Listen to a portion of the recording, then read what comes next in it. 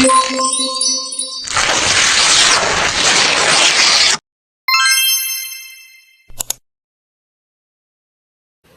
semuanya, selamat pagi. Semoga semuanya berbahagia.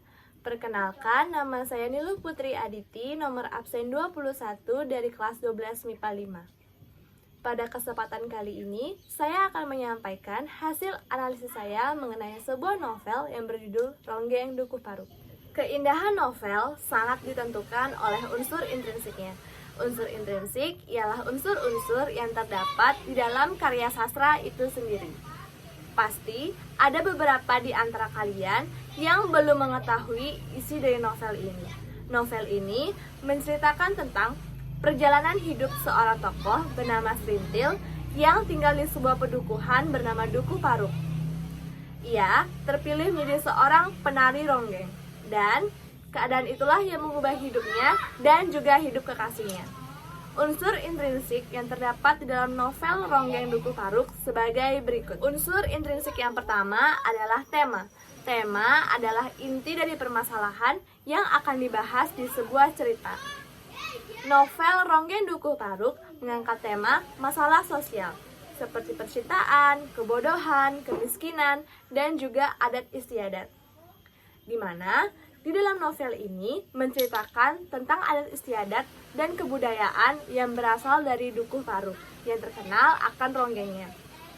Selain itu, diselipkan juga kisah asmara seorang tokoh bernama Srintil dan kekasihnya bernama Rasus. Unsur intrinsik yang kedua adalah alur. Alur adalah urutan peristiwa yang disusun secara kronologis.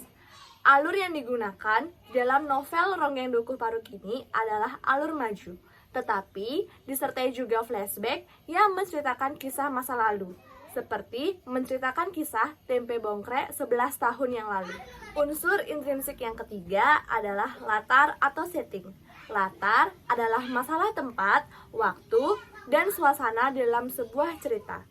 Latar tempat yang digunakan di dalam novel Ronggeng Dukuh Paruk ini adalah Dukuh Paruk, yaitu sebuah pedukuhan terpencil yang jauh dari keramaian penduduk. Unsur intrinsik yang keempat adalah tokoh atau penokohan. Tokoh adalah pelaku di dalam sebuah cerita atau peristiwa. Tokoh yang digunakan di dalam novel Ronggeng Dukuh Paruk ini adalah Srintil. Srintil menjadi tokoh utama di dalam cerita ini. Diceritakan bahwa Srintil ini adalah seorang gadis lugu dan miskin yang terpilih menjadi seorang penari ronggeng, di mana keadaan itulah yang berhasil mengubah hidupnya sehingga menjadi kaya raya dan terkenal. Tokoh yang kedua adalah Rasus. Diceritakan, Rasus ini adalah seorang pria yang lugu dan polos yang menjadi kekasih Srintil, dan ia berhasil merebut keperawanan Srintil sebelum menjadi seorang penari ronggeng. Unsur intrinsik yang kelima adalah gaya bahasa. Gaya bahasa yang digunakan di dalam novel Ronggeng Dukuh Paruk ini lebih banyak menggunakan gaya bahasa personifikasi dan juga gaya bahasa hiperbola. Contoh kutipan dari gaya bahasa personifikasi adalah adat Dukuh Paruk mengajarkan kerjasama antara ketiga anak lelaki itu harus berhenti di sini. Contoh kutipan dari gaya bahasa hiperbola adalah ditolaknya bumi dengan hentakan kaki sekuat mungkin. Unsur intrinsik yang keenam adalah amanat. Amanat adalah pesan yang ingin disampaikan oleh pengarang mengenai sebuah cerita.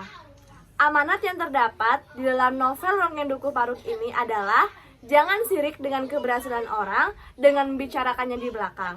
Dan jangan mau menyerahkan keperawanan hanya demi sebuah keinginan atau cita-cita. Demikianlah yang dapat saya sampaikan mengenai hasil analisis saya tentang unsur intrinsik yang terdapat di dalam novel Ronggeng Dukuh Paruk. Atas perhatiannya saya ucapkan terima kasih.